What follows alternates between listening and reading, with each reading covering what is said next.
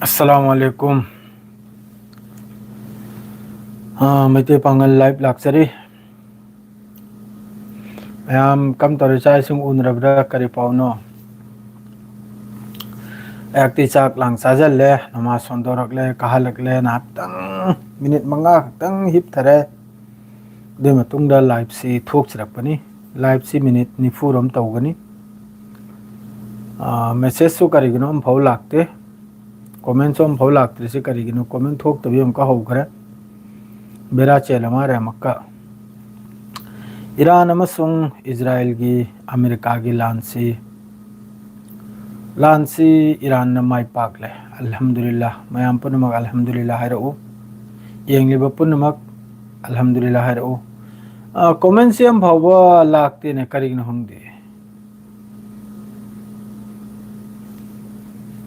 Comment से हम भाव लागते करिगिनो होंगे लांसी ngамले हायबनबु सलाम तरको पुनमकपु वालेकुम अस्सलाम नि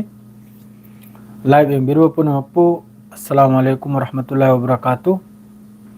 लांसी ngамले हायबदि इजराइल मनुंगदगी थोकलेइबो पाव मखैसि तारगा हौजिक फावबुदि अमा फावबो कंफर्म ओइद्रिको नेतन्याहुदगी चिंगना मयामबदगी चिंगना बेन गेबिरदगी चिंगना अदुई मथक्ता बेन गेबिर क्राहरबो मिनिस्टर सि याम साथीना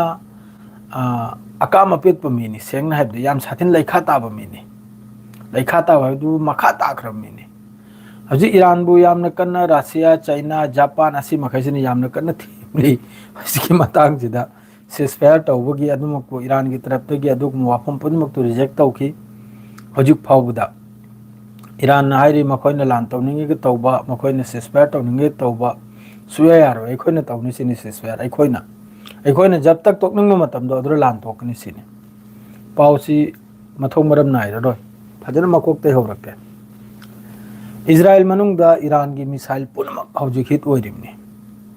ईरान की मिसाइल पुनमक ईरान की हौजिक तलतेना खुदोंग चागेद्रबो मिसाइल से करिनो हायबदो खुर्रम शहर खैबर फता असिगी अहुम से कदर मरी से असिनी यामना कदर ठांगी से इजराइल मनुंगदा कदर ठांगी से असिनी डोनाल्ड ट्रम्प ना तारीख निपाल दा लान लोइरे हाइना स्टेटमेंट क्रा पिथोरमने ईरान लोइरे दा ईरान लोइजल्ले हाइना अदुगी नुमित्तुदा ईरान की तरफतगी मिसाइल फायर तौबसी मिसाइल 12 खक्ता अदुगी नुमित्तुदा डेट 8 ता निपालनि सुबा लांदा मिसाइल 12 खक्ता मयामना सोइना लाइव थोकपदा अमा थोकपदा हायरकी कैनो ईरान से खुचु खुराई लेत्रब्रा हाइना अइना हाइगे मतमद्रा है पंगनु ईरान दा मयाम अम लेहौब तावरबनाइना मथंगी नुमित्ता ईरान की तरफतगी 122 रा 34 लेनि मिसाइल कापसे इजराइल तमना अदुगी मतुंगदगिनि सिसफायर हाइना लाउरइसे सिसफायर से लाउदबि यादबा थाव ममल अदुगा इकोनॉमिक माद्रेदी बिजनेस लोइना क्रैकडाउन लोइना शटडाउन ओइरे शेयर बाजार अमु बाजार लोइना चाइरे लोइना पुमकाई काइरे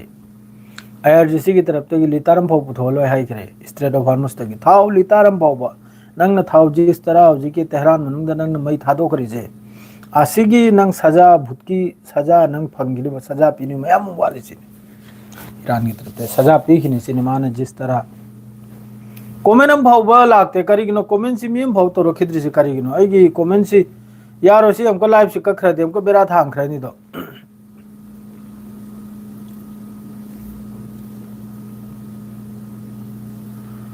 कमेंट से हम भाव लाखिद्रे करिनो आई ज्ञानम ताखिद्रे लाइव से हमतंग कक्सिरा करिनो खंगद्रे कक्ति कक्निंगद्रे थोगलामनिना तंग सेटिंग हमतंग तौदने यंखिगे करिनो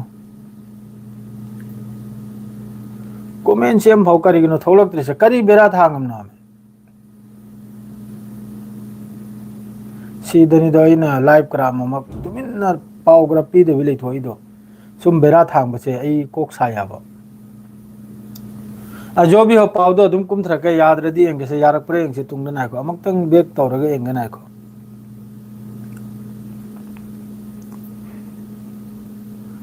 नायको मैं अमक्ते नायबि को ई कमेंट से करिगिनो खंगदे लाखिद्रि से कमेंट से लाक्त्रेदि कोक सारे अब ई माय पेमा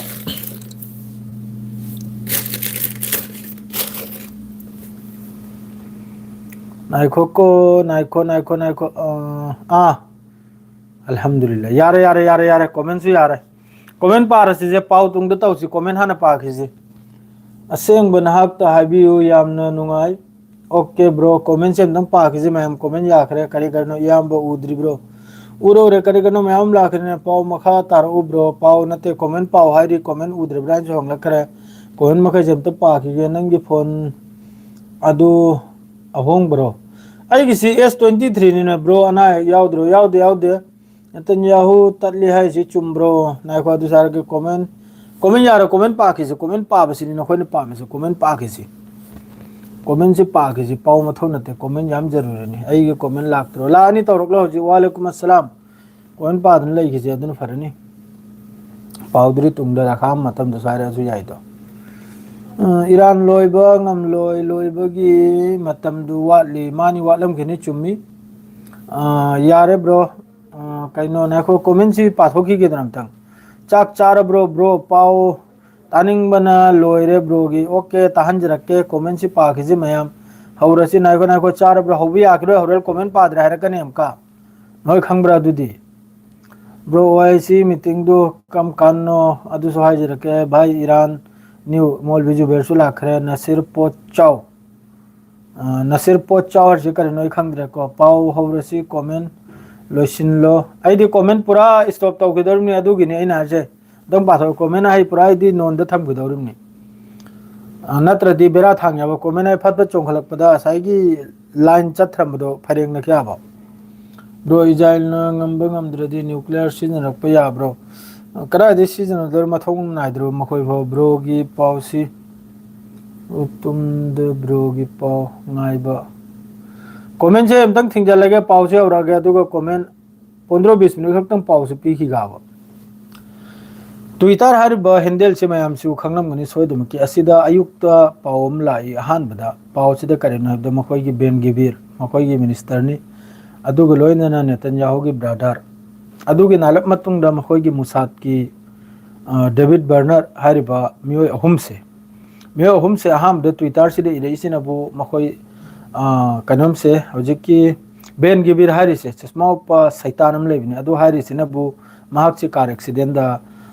सोइसिनी अदुगी मतुंग द नालप मतुंग द ट्वीट अम लाई सिनबु सोइम नते महाक की मयुम द मिसाइल हिट ओइरेदन महाक से सिरिमनी 1 नंबर द 2 नंबर द माग लोगे द नेतन्याहु की ब्रदर से जो सिरिम नाइने लाख ले हम ट्वीट अमा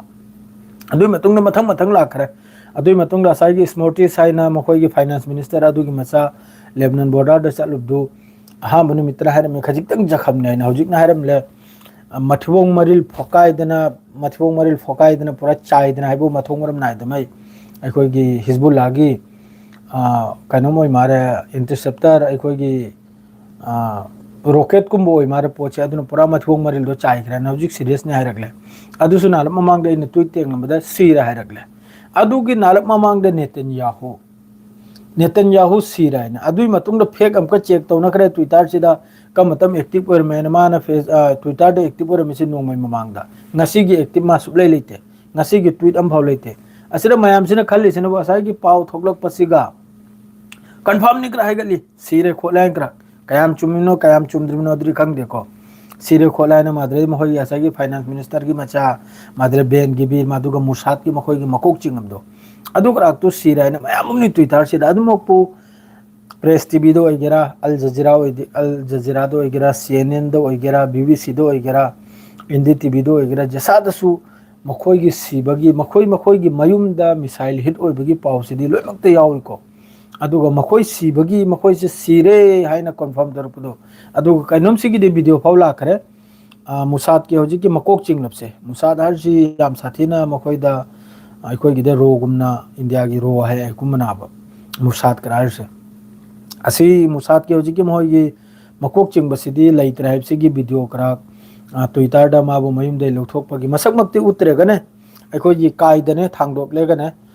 कायगुमदा थांगदोकलेगा मासी मागी हक्सांगनि मागी सिबने ने मखोई की हिब्रू लोन नकरा माद्रेदी इंग्लिश नकरा मखादा ट्रांसलेट तौरिए कैन हिब्रू दुरी कनाना खंगदौरी हिब्रू ने इरगा थोकले इमनि वीडियो दुरा मखादा इंग्लिश ने ट्रांसलेट तौरी मुसाद की मकोक चिंगबे लिदार दुनिया दुगी असिब हक्सांग यांकरा तो कयाम चुमिनो कयाम चुमद्रुनो मखाता ना पाउलाक पद सोइदमकी क्लियर होगनी करे कहबदी आई सीरे आइना हौजे कोंगाई मा फेसबुक तो इगरा ते दो इगरा ईरान के सुप्रीम लीडर हिंगली खोली अदुने ताने मचिन थीद्र मयाम तौरे आबा अदु अखोदी थाजदे करे कहबदी थाजदे हबदी ईरान की स्पेशल मखोई IRGC की तरफ तगी ईरान की न्यूज़ मीडिया की तरफ तगी लोइने लाउथोरखरबनी ईरान की सुप्रीम लीडर लैखिद्रे अदुम तौदना हौजिकी लैखिद्रिबा मी मखैसी मखोई टाइम्स ऑफ इजराइल होइगरा चैनल 14 होइगरा चैनल 12 होइगरा अदरेदी I24 होइगरा असि मखैसी लोइने इजराइल की चैनल गांगतनी इजराइल की न्यूज़ पेपर गांगतनी असिदा फोंदोरक्त्रियाबा असिदा फोंदोरक्पै मतुंगदा नेतन्याहू सीखरे बेन गिबिर सीखरे नेतन्याहू की ब्रदर सीखरा है अखोने लौगदोरनाबा अदुर फोंदोरक्त्रि फावबा ऑफिशियल स्टेटमेंट लाक्त्रि फावबा मिङोंदा पाव संदोइगा कसु कानरय अदुगा जेसामदि ओइखरे जेसामदि ओइखरे दि अरांगदगी मा ट्विटर एक्स तमा एक्टिव ओइद्रिमनी अदुगा बेन गिबिर अदुगा मखोइगे मुसाद की मकोक चिंगलबा अदरेदी हजिकी माय मचा निपासे अहुम सिगिदी नेतन्याहू की मयाम्बा ब्रदर सिगा मखोइ अहुम सिगी पाव सिदी असेंगबनी सिदी क्लियर नि पूरा ट्विटर की पूरा Iran news Iranian TV channel दगिसु अदरेदी इरानियन न्यूज़ दगिसु मफम मफम दे सिगी पाव सिदी फोंदोरखरे अदुगा नेतन्याहू की सिदी फोंदोरखरे मखा ताबा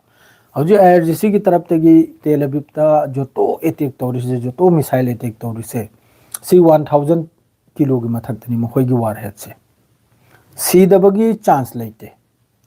1000 किलो लुम्बा एक्सप्लोसिव नि इजराइल मनुंग तारोइसे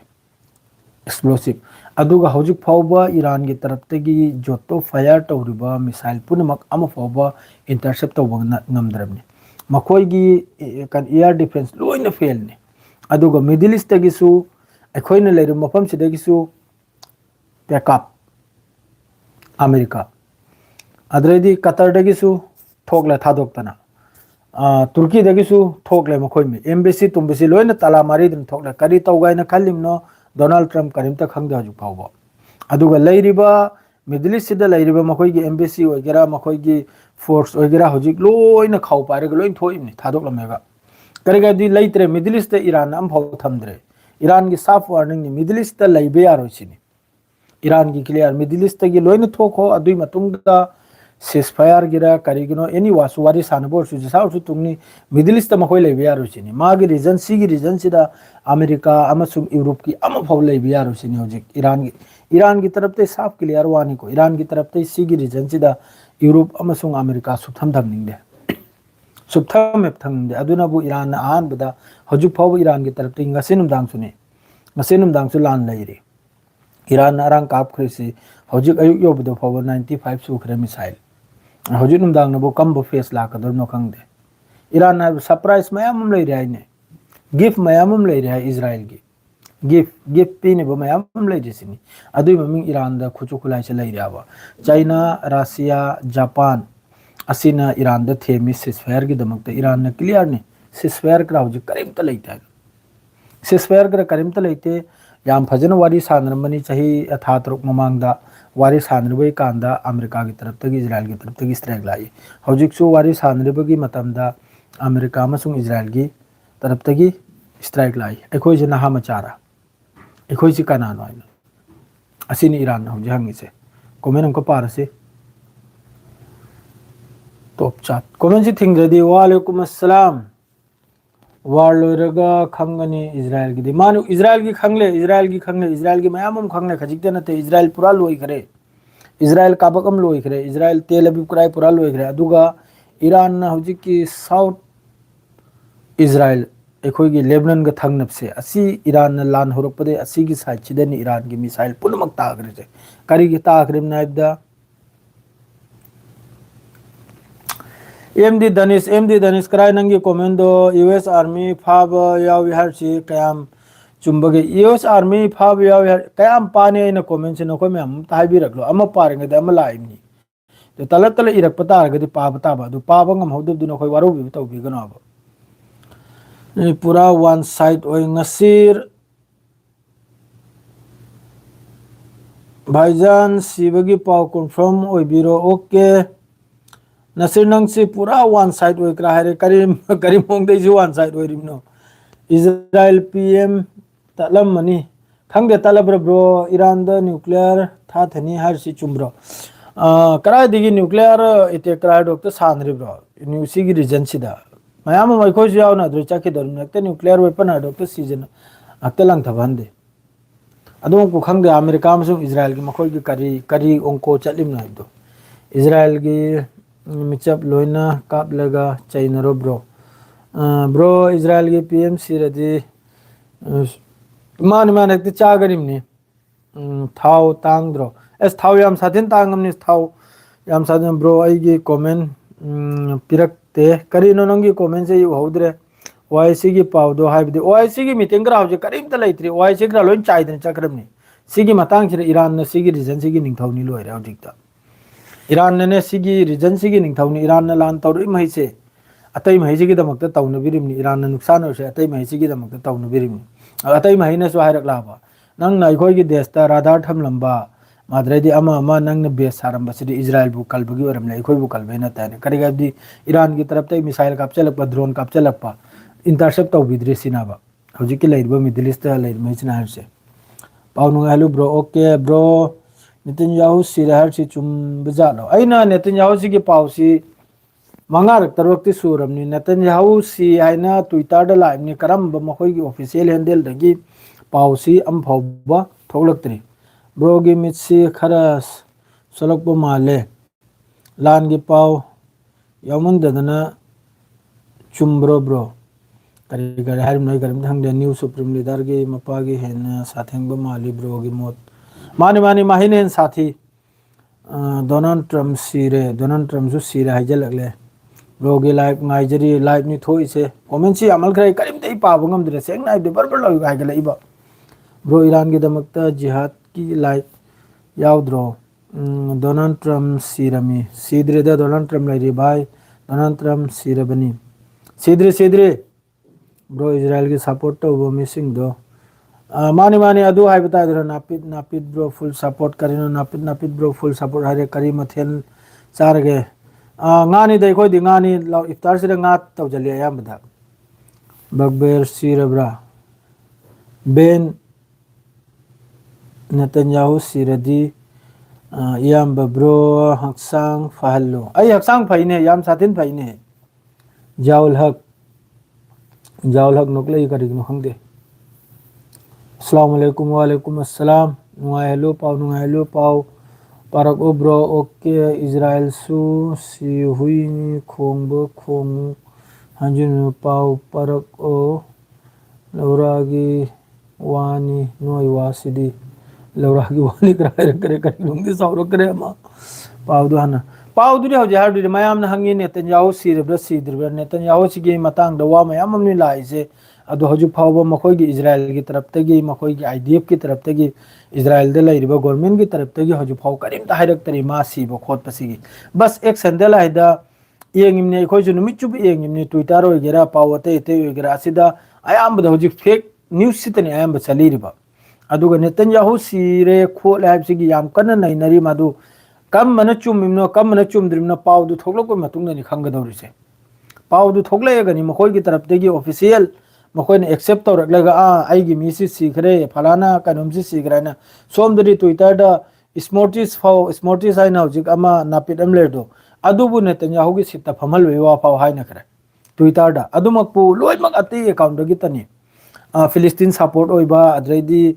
ꯏꯔꯥꯟ ꯁꯞꯄꯣꯔꯠ ꯑꯣꯏꯕ ꯑꯗꯨ ꯉꯥꯛꯇꯇꯅꯤ ꯍꯧꯖꯤꯛꯇ ꯇ꯭ꯋꯤꯠ ꯂꯥꯛꯏ ꯃꯈꯩꯁꯦ ꯏꯖ꯭ꯔꯥꯏꯜꯒꯤ ꯇꯔꯞꯇꯒꯤ ꯑꯃ ꯐꯥꯎꯕ ꯇ꯭ꯋꯤꯠ ꯂꯥꯛꯇ꯭ꯔꯤ ꯅꯦꯇꯟꯌꯥꯍꯨ ꯁꯤꯕꯒꯤ ꯋꯥꯐꯝꯁꯦ ꯖꯣꯇꯣ ꯍꯧꯖꯤꯛ ꯇ꯭ꯋꯤꯠ ꯊꯣꯛꯏꯉꯩꯁꯤ ꯄ꯭ꯔꯣ ꯐꯤꯂꯤꯁꯇꯤꯟ ꯄ꯭ꯔꯣ ꯏꯔꯥꯟ ꯑꯗꯨꯒꯤ ꯃꯤ ꯑꯗꯨꯒꯤ ꯍꯦꯟꯗꯦꯜꯗꯒꯤꯇꯅꯤꯀꯣ ꯍꯧꯖꯤꯛ ꯐꯥꯎꯗ ꯅꯦꯇꯟꯌꯥꯍꯨ ꯂꯩꯇ꯭ꯔꯦ ꯍꯥꯏꯅ ꯊꯣꯛꯏꯁꯦ ꯑꯗꯨꯒ ꯃꯈꯣꯏꯒꯤ ꯑꯣꯐꯤꯁꯤꯌꯦꯜ ꯀꯩꯅꯣꯝꯗꯒꯤ ꯄꯥꯎ ꯑꯃꯐꯥꯎ ꯂꯥꯛꯇ꯭ꯔꯦ ꯍꯥꯏꯕ ꯁꯤꯕꯒꯤ ꯋꯥꯁꯦ ꯑꯗꯨꯅ ꯅꯥꯕ ꯑꯩꯅ ꯃꯌꯥꯝꯗ ꯍꯧꯖꯤꯛ ꯅꯦꯇꯟꯌꯥꯍꯨ ꯁꯤꯔꯦ ꯍꯥꯏꯅ ꯍꯥꯏꯗꯣꯛꯇ꯭ꯔꯤꯗꯣ ꯅꯠꯇ꯭ꯔꯗꯤ ꯍꯧꯔꯦꯜ ꯍꯥꯏꯔꯛꯀꯅꯥꯕ ꯃꯥꯅ ꯍꯧꯔꯦꯜ ꯂꯧꯔꯥꯡ ꯊꯣꯛꯂꯛꯂꯒ ꯑꯩ ꯍꯤꯡꯂꯤ ꯍꯥꯏꯅ ꯍꯧꯔꯦꯜ ꯀ꯭ꯂꯤꯞ ꯃꯆꯥ ꯑꯃ ꯊꯥꯡꯗꯣꯔꯛꯑꯣꯅꯦ ꯍꯥꯞꯀꯠꯂꯛꯑꯣꯅꯦ ꯃꯗꯨꯗꯤ ꯑꯩꯁꯦ ꯀꯗꯥꯏꯗ ꯂꯩꯔꯦ ꯆꯤꯟꯊꯤꯕꯗ ꯇꯥꯔꯕ ꯅꯠꯇ꯭ꯔꯣ ꯑꯗꯨꯅꯅꯦ ꯑꯩꯅ ꯑꯆꯨꯝꯕ ꯋꯥꯗꯣ ꯅꯥꯀꯣꯡꯁꯤꯅ ꯃꯤꯠꯁꯤꯅ ꯎꯗ꯭ꯔꯤꯐꯥꯎ ꯃꯌꯥꯝꯗ ꯍꯥꯏꯗ꯭ꯔꯤꯗꯣ ꯑꯗꯨꯒ ꯃꯈꯣꯏꯒꯤ ꯃꯤꯅꯤꯁꯇꯔ ꯑꯍꯨꯝ ꯃꯔꯤꯁꯦ ꯕꯦꯟ ꯒꯤꯕꯤꯔ ꯏꯁꯃꯣꯔꯇꯤꯁ ꯑꯗꯨꯒ ꯂꯣꯏꯅꯅ ꯅꯦꯇꯟꯌꯥꯍꯨꯒꯤ ꯕ꯭ꯔꯗꯔ ꯃꯗꯨꯒꯤ ꯏꯁꯃꯣꯔꯇꯤꯁꯀꯤ ꯀꯩꯅꯣꯝꯒꯤ ꯍꯧꯖꯤꯛꯀꯤ ꯏꯁꯃꯣꯔꯇꯤꯁꯀꯤ ꯃꯆꯥ ꯕꯦꯟ ꯒꯤꯕꯤꯔ ꯅꯦꯇꯟꯌꯥꯍꯨꯒꯤ ꯀꯩꯅꯣꯝꯁꯦ ꯕ꯭ꯔꯗꯔꯁꯦ ꯃꯈꯣꯏ ꯑꯍꯨꯝꯁꯤꯒꯤꯗꯤ ꯀꯩꯅꯣꯝ ꯂꯩꯈ꯭ꯔꯦ ꯏꯁꯃꯣꯔꯇꯤꯁꯀꯤ ꯃꯆꯥꯅꯨꯄꯥꯁꯤꯗꯤ ꯂꯦꯕꯅꯟ ꯕꯣꯔꯗꯔꯗ ꯆꯥꯏꯗꯅ ꯂꯥꯛꯂꯦ ꯃꯊꯤꯕꯣꯡ ꯃꯔꯤ अदुगा हौजिकि नेतन्याहू की ब्रदर सिदी मासिदी आई वखल सीब्रे जेसामदी ओइरे अरे माई मयुमदना हिट ओइरिदो मिसाइल हिट ओइरसे अदुगा कनुमनबु हौजिकि मुसाद की लीडर से बेन गेबिर नते मुसाद की लीडर से कनुम को ममिंग दुसु काउखरे अदुदी सीबगी पाउसी काबक अमा ट्विटर से अदुगी नि नैनरेको मा सीर हाइबसे मुसाद की मकोक चिंगमनी अदु पुनमक्तु थमग्रा हौजिकता मेन ओइरिबा हाइबबु मेन पाव हाइबबु हौजिक फाउद ईरान की तरफ तगी मिडिल ईस्ट सिदा अवात मखैसे हौजिकसु ईरान की तरफ तगी हौजिक पाव मयाम लेयाब कनुमजिदा कोई मैम कनुमजे तौजलन अल जजीरा दा पाव मैम लेब पाव मचा मचा हौजिकसु तौरिने ईरान की मनुंग दा हौजिकसु तेहरान दा पूरा अखोइगी सिविलियन लेफमदा अखोइगी रेसिडेंटल एरिया दनी को कनुमना इजराइल अमसुंग इजराइल ना हौजिक अटैक तौरसे मादुगा लान सिदगी नानथोकनि बे यामना कन्ना नेतन्या कनुम से अमेरिका से याम कन्ना नानथोकनि बे तौराबा तेहरान दा हौजिकसु इजराइल की तरफ तगी मखोइगी कनुम दा बिल्डिंग रेसिडेंट एरिया असिने चिंगदे यामना कन्ना स्ट्राइक तौई माद्रेदी इजराइल की मनुंग दसु लेबनान की तरफ तगी रॉकेट मयाममा कनुम तौबिगाने असिदा इंज्योर ओइबगी मिसु मयाममनी मादुगा क्रैश ओइबगसु सेंट्रल इजराइल दा मफुम कयाम दा क्रैश ओइबगी याम साथिना काइट ओइबगी पाउसु मयामम लाई अल जजीरादा अदुगी मतुंगदा साउथ लेबनान दगी हौजिकता ईरान की मनुंग दा नते मखोइने येंगिसे इजराइल ने येंगिसे लेबनान दा चखरे साउथ लेबनान दगी अथुबदा मियोय पुनमक फ्री तौबगी वानी मखोइना आसे विलेज सिनबु नबिता हरिब विलेज सी अथुबदा खाली तौबिसिनी इजराइल की तरफ तैयार से मखोय अदुरे स्ट्राइक तौनिसिनी माद्रेदी सोमनबु ईरान की इंटेलिजेंस की तरफ तगी हरसिनबु स्पाइंग अखोइगी पाउलोना पुथोक पुजिन तौबा ईरान मनुंगदा असिगी मियोय कुंट्रा फारेसिनी मासे पुनमक्सी मुसाद का सीआईए गा लिंक लेनबु पाउंगतनी असिनी तस्नीम न्यूज़ एजेंसी दगी मासे क्लियर ओइरमनी मी कुंट्रा फाबगिसे हजिकी सिनबु ईरान इंटेलिजेंस मिनिस्ट्री की तरफ तगी हाइदोरिमनिको मी कुंट्रा से हजिक तलब तलब मखोइगी स्पाइंग तौबा माद्रेदी खबर पुथोक पुजिन तौबा चिरोन चपु मखैसे याम साथेन फारखिनी ईरान दा याम साथेना नॉर्मल ओइरपु कांदा लानगी कापना थिन्नपसि खजितंग वात्रकपु कांदा ईरान मनुंगदा मयाममा मुसाद की एजेंट सीआईए की एजेंट मयाम फारखिनाबा हजिक फाउदा हजिकता हाउदोर इसी यूएस अमसुंग इजराइल की मीनी फारेसे मी कुंट्रा से ईरान मनुंगदा माद्रेदी सोमनबु अमक्का मखा मागसिदी करिमता लेतरे को पाउ मचा मचा ngtene sima gizir oido paungun adreidi somda makka Iran की तरफ तगी अमक्का मिसाइल लॉन्च तौरपो यानी 23 मिनट ममांगदा मदु कयाम हिट ओरिमनो कयाम हिट ओइद्रिमनो अदुरी ट्विटर चंगलेगा खंगनी हिजबुल्लाह की तरफ तगी अमक्का इजराइल की बेस ता ड्रोन अटैक तौबगी वानी हिजबुल्लाह की तरफ ते हरे इसे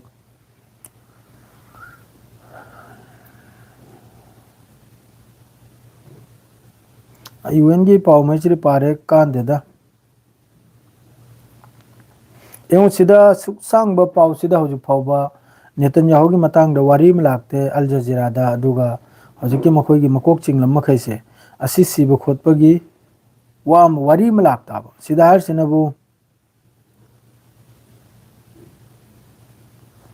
एलजीसी की तरफ तगी हर सिनबु करिगुंबा मक्का यूएस की सोल्जर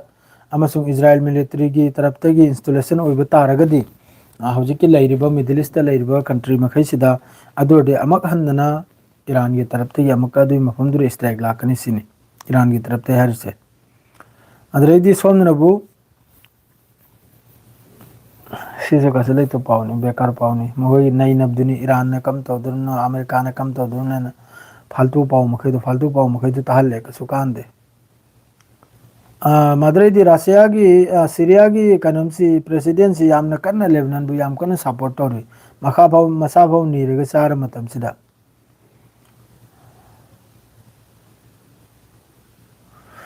पाकिस्तान की तरफ तगी सु हाइरक लेने अथुबदा सिसफायर तौनबा अदुगा लेप नत्रदी यामना क्राइसिस ओइब तारे दुनिया से संक्रमण सु इखले ये पाकिस्तान ननी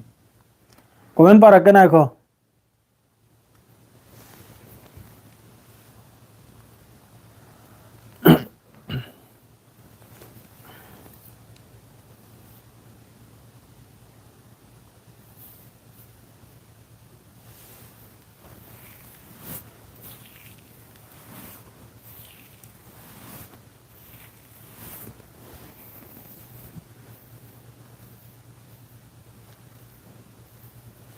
मीना लान लोजन बे के एस नवाज मीना लान लोजन बे फिबम दे लेखरे नंगना लान कुमला ब्राइन हौजिक दांग लई अमक्का फाइटर ट्विटर लोइना न्यूक्लियर वेपन टेस्ट तौब लोइना लोइखरो लान सांगरोय लान मरक से लोइरनिमने लान मरक से लोइरनिमने ईरान की तरफ ते खरनी खक्तनी हौजिक अमेरिका बु इजराइल बु ngौगदौरसे सिमा खंगरो अदु मतुंग सिसफायर ओइरनिमने करेगा अदु सिसफायर ओइदबि यारोय दुनिया की पेसार ला करे ईरान की मथक्ता अमेरिका बु इजराइल बु लाल हल्लेगा ईरान मनुंग दे जोतो नुकसान ओइख्रिदो अदुगुम दु पिहल्लेगा खोटहल्लेगा लान से लोइ जल्ला दौरमनि लान से याम सांगरो करेगा अबदि लान से इजराइल सु ngamdre अमेरिका सु ngamdre मखोइना खलंबा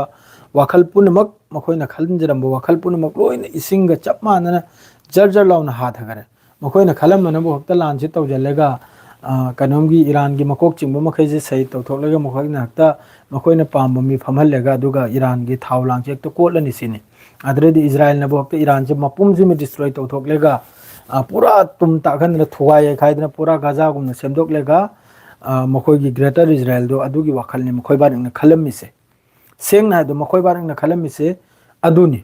अदु पुनमक्तु लोइना तोइखरे सिदा न्यूक्लियर टेस्ट फलाना टेस्ट चाइना ना सपोर्ट अदुना सपोर्ट ईरान ना ngasi भाव लान तौरक्रिसे चाइना अमसुंग रशिया की सपोर्ट तगिनी लोइरमनि क्लियर वानी सिदा क्लियर वानी चाइना ईरान ना ngasi 11 डेज यौगे तौरिदना लान तौरइसे चाइना की तरफ तगी रशिया की तरफ तगी मखोई की सैटेलाइट की मतेंग दगी इजराइल की अमसुंग मिडिल ईस्ट लैरिबा अमेरिका की बेस पुन मक्सी लोइना चाइना अमसुंग रशिया की मतेंग दगी डिस्ट्रॉय तौखरिबनी क्लियर एकदम क्लियर ओइखरमनि मयाम मयाम ना हाइराबा रशिया करेगी चंगलक्त्रिमनो चाइना करेगी चंगलक्त्रिमनो अदुनी रशिया चाइना की एंट्री हाइडो अदुगा हौजिक सिसफायर तौगने हाइना रशिया ने चाइना ने जापान ने तौरइदुना करिगुना वर्ल्ड की पेसारदु मखोई मथक्तसु लाकपदो होरे करेगा स्ट्रेट ऑफ हॉर्मुज सिदगी 20% 22% असिदगी थाउ चटलिबनी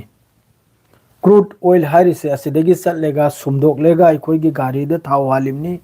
माद्रेदी कतर की असिदगी एलएनजी गैस हाइडो असिदगी चटलिमनी असिगी हाइनी ईरान अना हाइद्रा पाव हौद ईरान की मखुत सिंगली अचौबदुनी लैरिबा ईरान पाइग्रिसे दुनिया की लोइमतेन चौब सिंगलुदिनाबा अदुना ईरान मन मर्जी दा सिसफायर क्रा मथौ तादे लान तौद्रि जाकिनी हाइना लैरिदो अदरेदी सिदा मिडिल ईस्ट इस्लामिक कंट्री अदुना अटैक तौरपा ताने अटैक तौरपा अदुसोई मयाम दा खंगनजरमगे अदु अफुंदुसु फजननी पाव पारेसे ब्रो मादु कमेंट दुसु येंगामना कमेंट दुसु येंगदबि यादे अदो आई हयेंगदगी खल्ले पाव ओइना तमजरागे लाइव से हप्ता दा मक्ता थोकलागा नि खंजरे मादुगा हयेंगदगी अल्लाह सोनना मयाम की वीडियो दे जो कमेंट तौरपदो अदुगी रिप्ले दसो हल्लगे करेगा बि लाइव सिदा साउनबो खोनबसु यावरंगनाबो कमेंट पादे अदु तौदेने साउब सोइबना के यावरंगनी याखोइसु साउनिंगे सेंगना दे याखोइसु साउनिंगे आइबदि अखोइना जसाम गे चंगेलगा comment Irga comment दुगी replay हलबिरक्तरदि थवय चायाबा Amina खल्याबा yam चाउजे यामना कनम तौयना अदुगरा नचदे पाबा नंगजद्रिमनि मयाम lawn लौबिगनु पावदु फजना par उब्रो okay पाबदु ngamdrimni commentary jar kahalimni chingthadna adu amko thidna paabdusu yadaba aduna walaikum assalam yaroi bro mi kuntra keidore haibdo tawdore mi kuntra duri aju phakri sini duna makoi gi spice pawlang puthok pujin chiron china chalamba adu gum ejen ngang tani duna pharido live na fai haikre donation do maya duda kasino aba jungang ine Lal लोइद्रिंग Israel Netanyahu सीखिबा Donald Trump सीखिबा अल्लाह मानी मानी Israel दो map तगी लौथोकपगना funny मानी मानी वालेकुम अस्सलाम अदुने सिदा Middle east सिदा लैरिबा अखोइगी Islamic country मखैजे मयाम खांगुदुनि मखोइसे मपुनजुप खाउ पाइगेदरुनि मपुनजुप कनम कै मपुनजुप अदुम गुलाम की हालत सीगेदरुनि हजु मखोइ मथक्तसु पेसारनि ईरान की तरफ तगी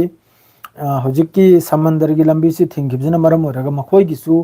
कारोबार मखोइगिसु बिजनेस थाव लांग अमम आसेदे लोनि थोइमने कतर गिसु हाइदे थोइमने बस सिदा ओमान खक्तनी खजिकतंग फंगद्रिसे अतै मखैदि सोमदा इखोइने लैरु मफम सुइगेरा कतर ओइगेरा माद्रेदि बहरन ओइगेरा सिपुन मक्से आहिगी लंबी आइदे थोइमनाबा अदु आहिनाबा ईरान न थिंगजल ग्रिजे ईरान न थिंगजल खिपसिना हौजिक हाइमहीजी मथक्तगीसु पेसारदु ओइरिमनाबा आसिगी लंबी आई हांगनबायना अदुम को डोनाल्ड ट्रम्प ना हौजिकसु धमकी तौरिया अखोई लागली स्ट्रेट ऑफ हार्मुसता ब्लॉक तौब थुगाइनी अदु थुगाइनी ने ईरान की तरफ तगी आईआरजीसी की तरफ तगी आइरी अखोई ngairi ने ग्राउंड फोर्स सु ngairi नेवी सु ngairi अथुबद लाओ हाइना वेलकम तौरियाबो लाओ सिदे स्ट्रेट ऑफ हार्मुस सिदा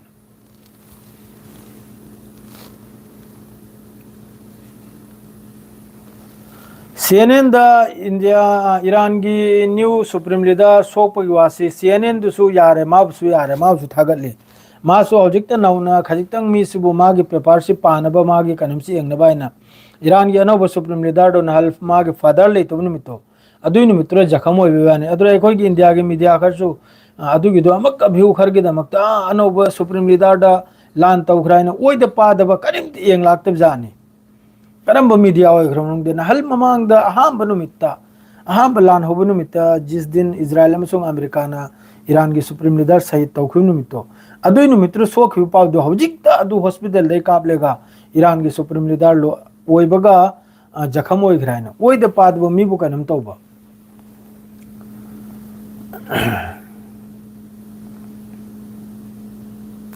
ईरान द टैक्स काब्रो ईरान दी करी टैक्स कादो ईरान की मथक्ता मयाम मोगी सेंसन अदुई मथक्ता सेंसस आइब्रा करे अदु करक्तो मयाम लगाय दन लेदि दिनि दन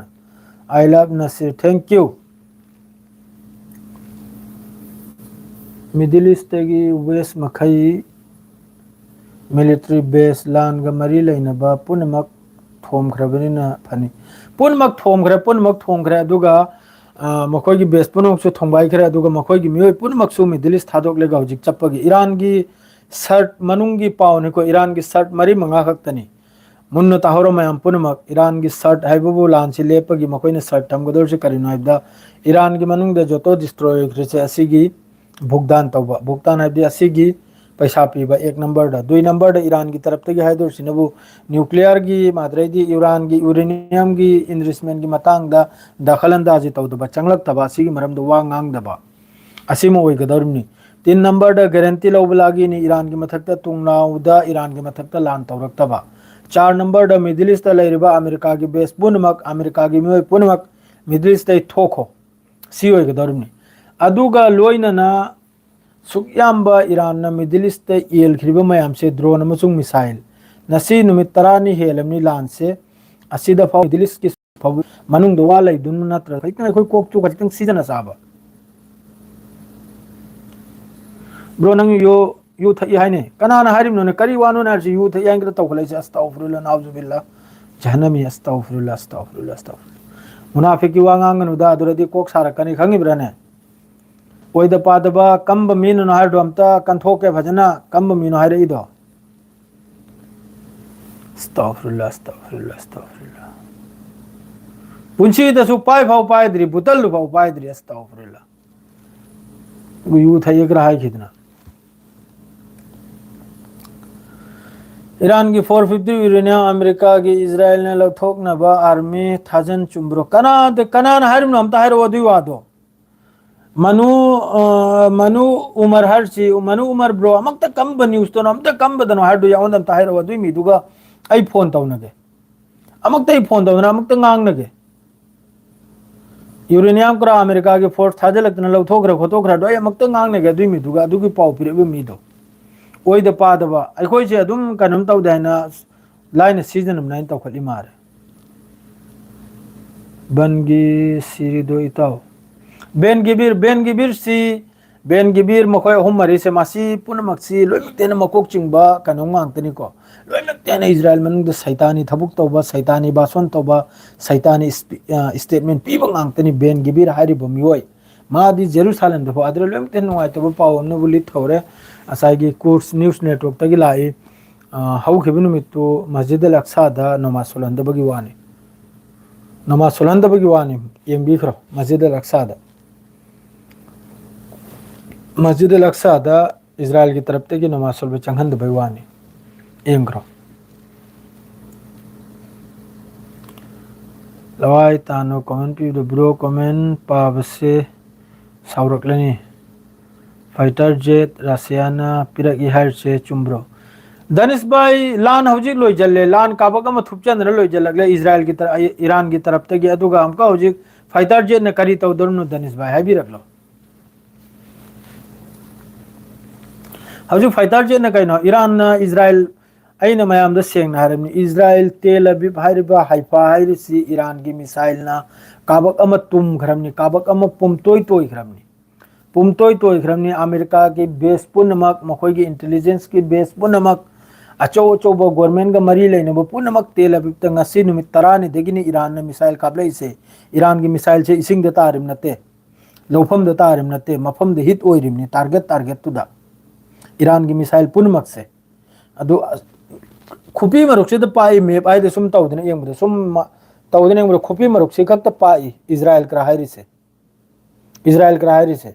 अदु ईरान के असुयाम मिसाइल से इजराइल से अमक लेरम खिनिरो अमक से जेट फाइटर मथौ ता खिनिरो अदुगा हौजिक लोयम तेने किनिंगाई वा हाइबु मयामु की हलम नते को मोहय की मकसद करिनो करिम त खंगदे डोनाल्ड ट्रम्प ना मिडिल ईस्ट की अथोबदा अमेरिका की एम्बेसी अमसुंग अमेरिका की फोर्स मकई थोकपगी वानी हरिसे पुथोकपगी हौरमनि से करी तौगायना खल्लिमनो कंबो वेपन सीजन दोरनो ना होय मा लांसिंग अमददने थोइब्रा करिनो करिम त खंगदे हजु फाव असिगी मतंगदा असिनि लोयम तेने कनम ओरिसे हौजिक त अदुगा लेबनान दसु लेबनान दनी हौजिक लान तौने लेबनान दा नोंग चुबगुम चुहल्लिमनि तेल अबीब सिदा हिजबुल्लाह की तरफ तगी नोंग चुबगुम ने चूरिमनाय रॉकेट से हौजिक सु असाई वीडियो में ट्विटर द थेंगरमी चाइना की सैटेलाइट से इजराइल मथक्तनी ने चाइना की सैटेलाइट से हरकत पुनमक मखोय की जेट फाइटर स्ट्राइक तौरेगा तारक लेगा सुम लेरेगा अमक रिफ्यूल तौरेगा अदुगा हमका एक्सप्लोसिव हाब लेगा हमका पाइखतपगी पूरा मिनट 30 मरुंगी चाइना की सैटेलाइट ना इजराइल की हौजिकी बेन गुरियत एयरपोर्ट माद्रे मखोय की अते एयरपोर्ट अदुरगी पूरा वीडियो दु पूरा टेलीकास्ट तौरमनी अस्सलाम वालेकुम भाई लेबनान लोम द ग्रेटर इजराइल की मंगलान द लानकन्ना तौरिबा नत्रने माने रियाज खान अदुई मोंगदनी अदोमदगी लौजल लेगा लाकपगी मोहय की असाई मकसद तो मोहय की मकसद आइबो ईरान की थाउतेल इजराइल दा कुनो ईरान की थाउतेल करिम तमाई मथौता दे माय हाइबो करिनो ईरान बु पूरा लोइथोकपा ईरान से बु पूरा करिम त कैपेसिटी लेतबा अदुगा हौजिके अखोगी मस्जिद अल अक्सा सी मखोगी थर्ड टेम्पल हाइब्रा करिनो असी सही तौरगा अदु साबा अदुनी असीगुंबा पोतु सारकपा कांद एलकदौरसी इजराइल मनुंग एलकदौरसी कनानो द ईरान खक्तनी अतै दे कनामता अतै दि मी लिसिंग अनि मखाय मी 75000 सीब कांद फावबा सहीद ओइबा कांद फावबा वाहिद कलाम तौखिद्रे अदुगा मस्जिद अल अक्सा डिस्ट्रॉय तौरगा जीसीसी हाइब्रा करे अद्रो खर थांगलकनी बस अदु खक्तनी अद्रो हेल्प करिम त तौरगलो हौजिक सु ईरान की मनुंग दा असु याम ईरान की सुप्रीम लीडर अदु सुप्रीम लीडर मो फरे सुप्रीम लीडर दो फरे मोय की थीने फरे यानदे सियानी सुन्नी फरे आई तो कही था मसाबा सियानी सुन्नी फरे हांदे की सु मोय चिदा खर टकराव लाई अरब मखैगा ईरान सिगा खजितंग ने एक नबले या खजितंग एक नब करिगा इराक की मतमदगी सद्दाम हुसैन की मतमदगी खंगिब्रने ईरान की सु दुष्कर लाई सद्दाम की मतमदुर ईरान अमेरिका बु सपोर्ट तौखि खंगदर अदुगुंबे पोट खल्ला याबा सद्दाम सिबु कनम तौखि मतंगदा जो भी हो अंगांग मी सुयाम्बा अंगांग बे कसुर सिरबा हाइगिदी कंडेम तौरप याइदोना सुप्रीम लीडर फराब थीनम नाइन लौरो साब अंगांग मयाम दुगिदी अदुगिदी कंडेम तौरप याइदोना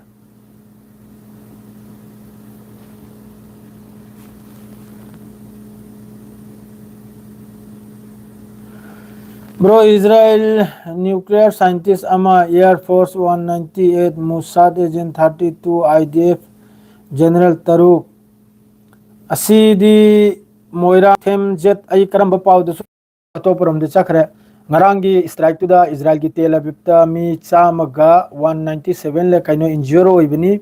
adura 95 amna bo hospital da layang baya dabagi layang daba ya khidrabo miyo yama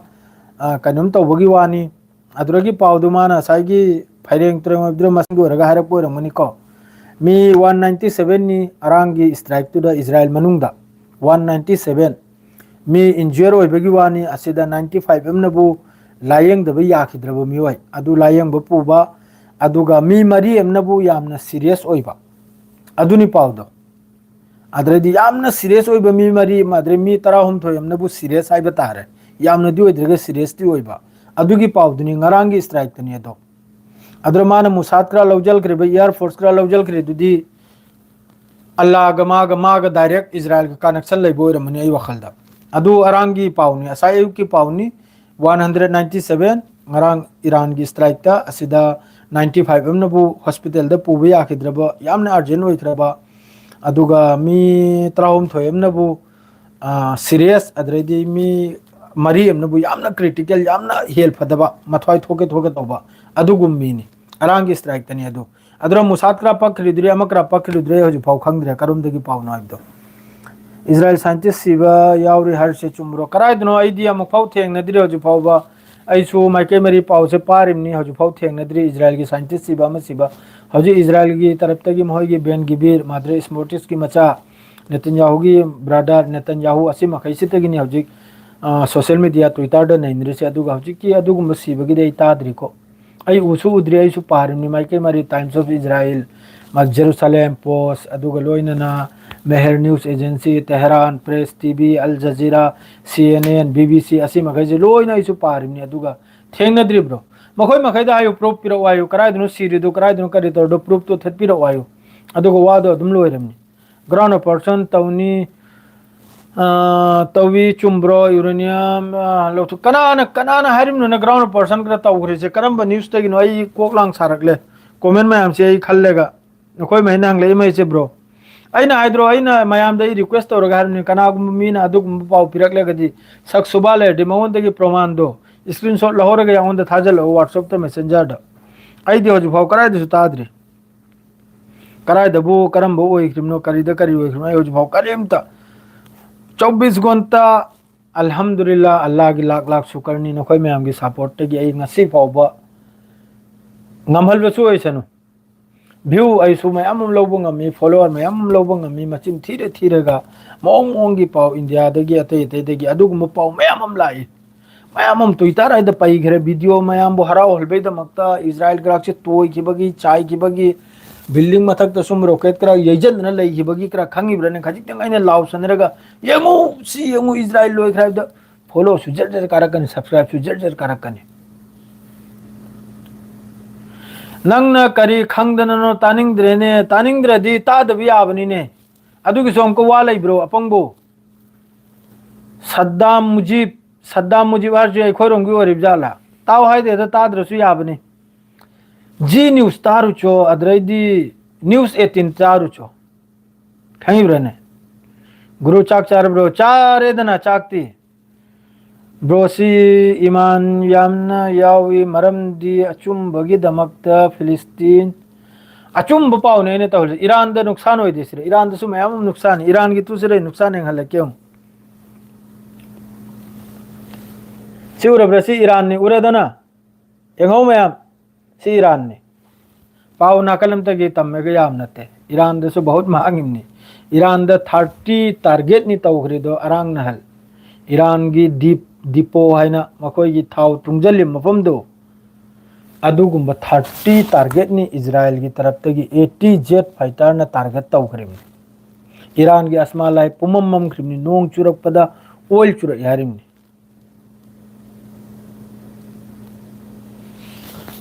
khai brane oil chipa adu nong churak yarim ni Iran gi miwai punam marks ni hoju huk ise aduga makoi gi health ministry ki taraf tagi lauthokram ni nong churapu kanda nong makha da laiganu nong makha da chot kanu ai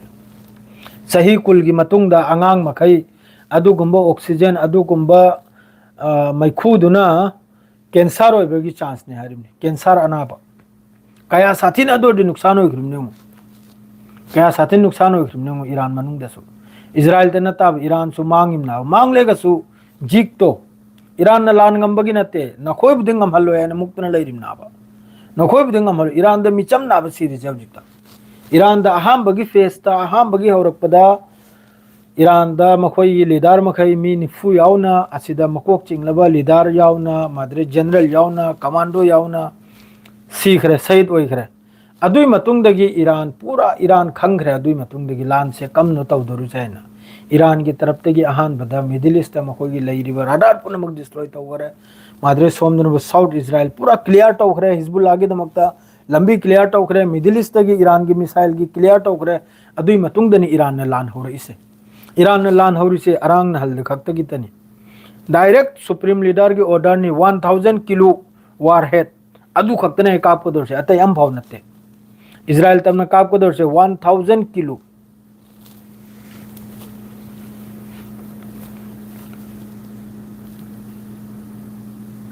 1000 ai nar chire arang direct aduni mana kanum to boga order si sinabne 1000 kilo warhead pu go dawr se adu gu missile khaktani khurram seher adu mathangda makoi gi kari kari no fata se ji adu yam pu de ko khurram seher ga mohoi gi khaybar sikan haibra asi gi missile ni sini important se asini iran gi israel gi makoi gi air space te changba gi matungda मखाई उद्रिंगदा मागे वार head से कुल कुंद्रा थोई से intercept तौर दोना हुती की तरफ तक अरांग पाव मचा खक्तंग थोई अदों को कंफर्म होदमनि नै मैम द खंगन जे रखते को हुती की तरफ ते अरांग मिसाइल लॉन्च तौबगी वानी अदु की पाव दु कराई दनो आई न्यूज़ तरह कराई दनो थेंगरमी अदु मतुंग दै थी भंगिद्राबा अदु हुती की तरफ ते काप हो ग्रेदि मा रेगुलर काप कनि मखा ताव पाव दु लाक्तरमनि ना आई मैम द खंगन रे हुती सु रेड सी द संगिन हुती सु रेड सीदा मासु फिफम हमना रे संगिम नि करिग न होंब्रा सिदा लोइम तेना मारू ओनि बुवा हे बुबि ओं पाउसी लोइजलगे घंटा में योखिदो याम सांगले कांदे हुती न होजु फाव एक्टिव ओइद्रि से अदुम ओइद्रिम नते ईरान ने स्ट्रांग ओइरि होजु फावदा अदुगा लेबनान ना एक्टिव ओइरि छिने करिगनो लेबनान की ममांग की मखैदो लोइखरे ईरान की तरफ ते इंटरसेप्टर ब्रेकिंग पाउ नि मिगी ईरान की तरफ ते की लेबनान गे मिसाइल चफम लंबी की एयर डिफेंस डिस्ट्रॉय अदुई मतुंगदा लेबनान दगी नोंग चुबाइना हेडलाइंस नि से लेबनान दगी हिजबुल्लाह दगी नोंग चुरकपा तेल अविवता ईरान ना अहान बदा इंटरसेप्टर मिसाइल मादुम असि मखैसे लोइने डिस्ट्रॉय तौकिबान मिगी हेडलाइन दला इमनी अदो हौजिक हिजबुल्लाह हुती ने एक्टिव रक्तरे से करिगुना अबदा हौजिक फाव द ईरान द लैरि खुचु खुलाई हिजबुल्लाह द 1.5 लाख मिसाइल 1,50,000 रॉकेट हिजबुल्लाह द लेना अरांग देते नि हिजबुल्लाह कापली रॉकेट चाम फाव फारम गिरो रॉकेट चाम चनी फाव फारम गिरो याबा अदो डियं गिरो ईरान हर से air जिसिन her Sidi मखोइन lawn the कुमले इसे नोमनी नि की लान तौ गाय नताइना सांग न लान तौ बुई कुमले इना यूएस ने 200 किलो हाउ खरे यूएस डिफेंस सेक्रेटरी ना हाइरे ईरान लूराइना अदुबुदी लूरिमनि ईरान कनाल लूदन ईरान तेहरान द काबकमा सिविलियन मफम मादरे ऑयल फैसिलिटी वाटर फैसिलिटी मादरे मस्जिद अचो चोबा दुई मथक मखोय तौरी मखोय थबुक अदुनि दोन इजराइल अमसुंग अमेरिका की थबुक करिनु नखोय खंद्र गजा द करि तौगी मस्जिद चर्च गिरजा लोइन से डिस्ट्रॉय तौखरिमनि स्कूल हॉस्पिटल लोइन तौखरिमनि मयाम खंद्र अदुनी ओ ईरान दसु ओ अदुनी तौदरबा अदुम पुसोम द अमान 2000 बोम लंग थदन कै दोनी सोम नबु रशिया की मखोंग पाइरी चाइना की मखोंग पाइरी जापान की मखोंग पाइरी अमक द सिस्फायर तौजल बिवाज चंगल खरे आई सिंग अक्सम से चक्चल लगले इजराइल मनुंग द प्रोटेस्ट अमेरिका मनुंग द प्रोटेस्ट दुनिया की कारोबार ठप दुनिया की शेयर बाजार ठप थाव बेरेल द चाम गत्रा मंगा कुल योखरे ngasi de na sayang na mubu india da bangalore rajasthan UP मफम 109 110 115 लिताडा हाउ खरमनी वाली 200 यो होलगने आईआरजीसी की तरफ तेगी 200 पार बेरेल दा इंडिया दा क्या योन खंबरा हालुरो नंग चहुमग्रा चनियंग kai चहुमग्रा यो खरन लिताडा हालुरा ब गैस बुदी हजि हुमफुरा kai नो का खरामनी गैस अदुनी मा फाउदा अल्हम्दुलिल्लाह अल्लाह की लाख लाख शुक्रनी ईरान ने याम फजन सुम ओय थारेगा चली ममाई सिदा अदुगा हजिकी ब्रेकिंग ओइरबो पाव अहुम मरिदु सोयदम कि अब्दुल आदि आइने सोयदम कि अचुम पाव दु मयाम दा आइने योखलकनी अदुगा तय तय हजि तय तय पाव दो सुबुत पे वायु येंगु लोइमा की येंग दरकार नि येंग लेगा कोक फरक कदर में हजु मयाम ने जिस तरह माइंड फ्रेश ओइरिदो अदुम लोइमा की येंगेगा माइंड फ्रेश ओइगदोर नि अदुगा सब्सक्राइब तव जबिरमु पेज से नखोय मयाम की सपोर्ट जरूरी नि असेंग पाव दो हमको पूरेगा ही पुंग तराबी मतुंग दई लाकनी सियारग लोइजरे अस्सलाम वालेकुम।